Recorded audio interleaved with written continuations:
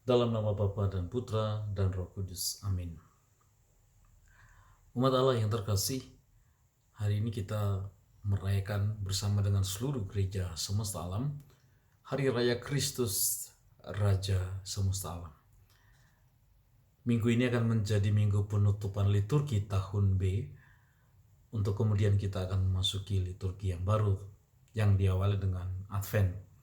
Saudari-saudara, Yohanes 18 ayat 33 sampai 37 menjadi Injil yang kita akan renungkan bersama dalam perayaan ini.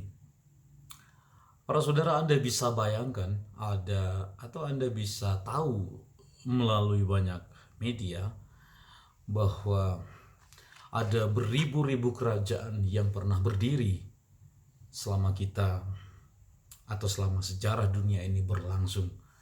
Ada kerajaan yang besar, ada kerajaan yang maha besar, ada kerajaan yang sedang, ada kerajaan yang kecil. Kita tahu itu dalam sejarah. Tentu saja pengaruh yang paling besar tentu saja dihasilkan atau dilahirkan oleh kerajaan-kerajaan yang besar. Kerajaan yang besar tentu saja sangat dipengaruhi oleh siapa raja yang memimpin kerajaan itu. Kemampuannya untuk merancang strategi perang, kemampuannya untuk memimpin rakyatnya, kemampuannya untuk mencari orang-orang yang tepat yang ada di seputar lingkarannya, keberaniannya, teladan yang diberikannya, itu akan sangat mempengaruhi pengaruh kerajaan ini dan akan mempengaruhi keberlangsungan kerajaan itu sendiri.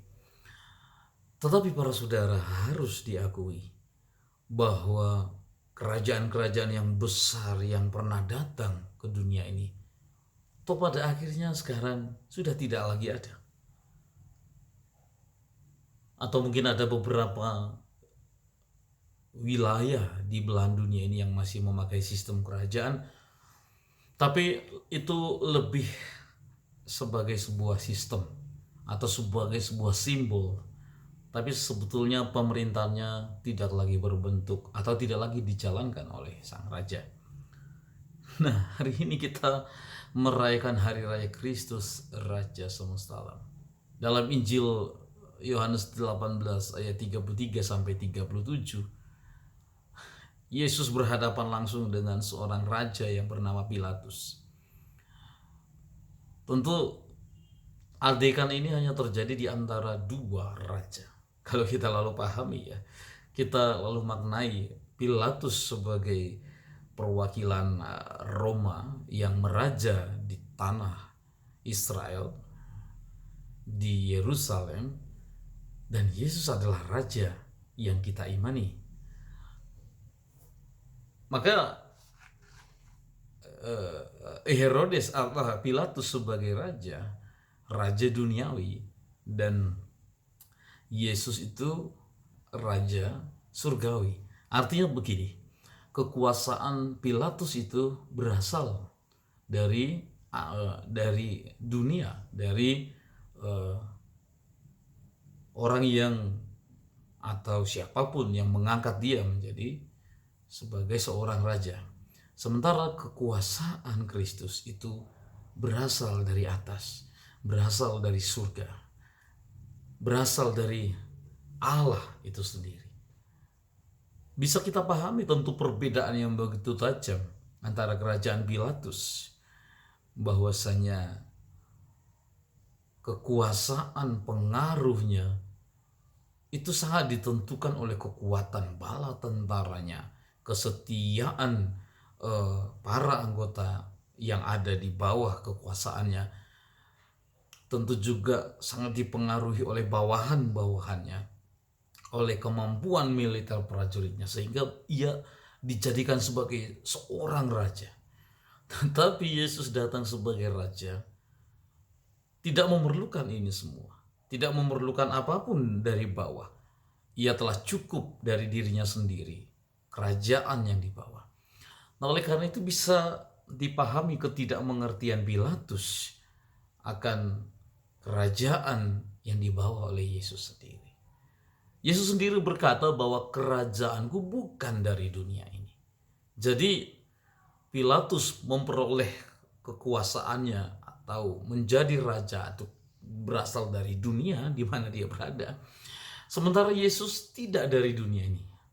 Lalu apa yang harus dipertentangkan? Karena kekuasaan Tuhan berasal dari atas, kerajaannya berasal dari atas, kekuasaan Pilatus berasal dari bawah, berasal dari dunia. Nah, maka hal ini tidak bisa dipertentangkan. Nah, lalu kemudian kita menyadari secara sungguh-sungguh bahwa ketika Yesus mengatakan bahwa kerajaannya bukan dari dunia ini, mau mengatakan kepada kita bahwa meskipun kerajaannya saat ini ada di dunia ini, tetapi ini hanya sementara saja. Ya. Bahkan istilah yang digunakan di sini seperti tergesa-gesa, ya. Kesannya seperti orang mau melangkah. Ya. Jadi kerajaan di dunia ini hanyalah sebuah kerajaan yang sementara saja. Ketika nanti dia datang, maka kerajaan Allah lah yang satu-satunya yang akan berdiri. Ketika kemudian ilalang di antara gandum itu akan dicabut. Ketika Yesus dan para malaikat datang untuk memperbaharui dunia ini, sehingga kerajaannya penuh di mana-mana. Sementara saat ini kerajaan Allah itu masih di sana-sini berjalan menuju kesempurnaannya. Ada cacat, ada celah, ada luka. Nah, maka Yesus berkata dalam akhir Injil hari ini bahwa dia membawa kebenaran. Sebenarnya dalam Yohanes 14 ayat 6 dikatakan bahwa ketika Yesus bersaksi tentang kebenaran, sesungguhnya Yesus bersaksi tentang dirinya sendiri, sebab di perikop Yohanes 14 ayat 6 dia berkata, "Akulah jalan, kebenaran, dan hidup." Yang menarik ialah bahwa orang itu, bahwa kita ini berasal dari kebenaran, sehingga kita melakukan atau mendengarkan apa yang dikehendakinya. Jadi kita ini menjadi orang benar bukan karena kita mendengarkan suaranya, tetapi kita mendengarkan suara Tuhan karena kita berasal dari kebenaran. Meskipun kita ada di dunia, tetapi berkat kelahiran baru yang dibawa oleh Adam kedua, yakni Yesus, yang menghancurkan Adam yang pertama yang telah jatuh ke dalam dosa, berkat kebangkitannya, lalu kemudian kita lahir baru. Kita dilahirkan menjadi orang-orang yang dibenarkan. Oleh karena itu, para saudara, kita mengikuti suara Tuhan karena kita sudah dibenarkan. Bukan kita dibenarkan karena kita mengikuti suara Tuhan. Jadi kodrat kita saat ini menjadi bagian dari pemerintahan kerajaan yang dipimpin oleh Allah. Menarik para saudara, lalu pertanyaan sederhananya ialah, kalau memang Tuhan kita yakini dan kita imani sebagai Raja atas semesta alam, bagaimana kemudian Ia lalu meraja dalam kehidupan kita setiap hari? Bagaimana kemudian Tuhan lalu meraja atas hatiku, atas diriku, atas pikiranku, sehingga kita lalu mengenakan pikiran, perasaan, dan perbuatan Allah menjadi bagian dari kehidupan kita, menjadi bagian dari perjuangan kita. Maka baiklah kita lalu menyadari hal ini melalui Kristus Raja semesta alam yang hari rayanya kita rayakan. Kita mengakui dengan mulut bahwa Yesus adalah Raja atas alam semesta ini, bahwa kekuasaannya, kerajaannya bukan dari dunia ini, tetapi tetap bekerja di dunia ini dan akan mencapai kepenuhannya.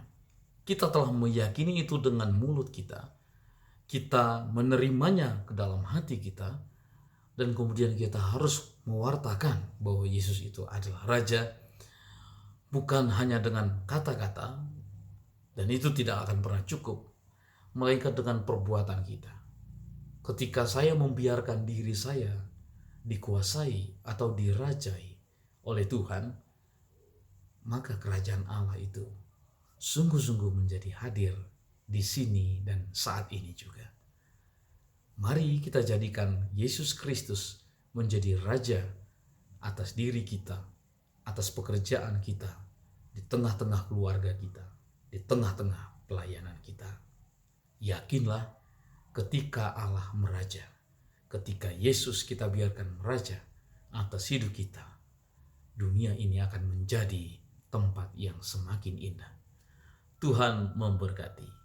Bapa, Putra, dan Roh Kudus.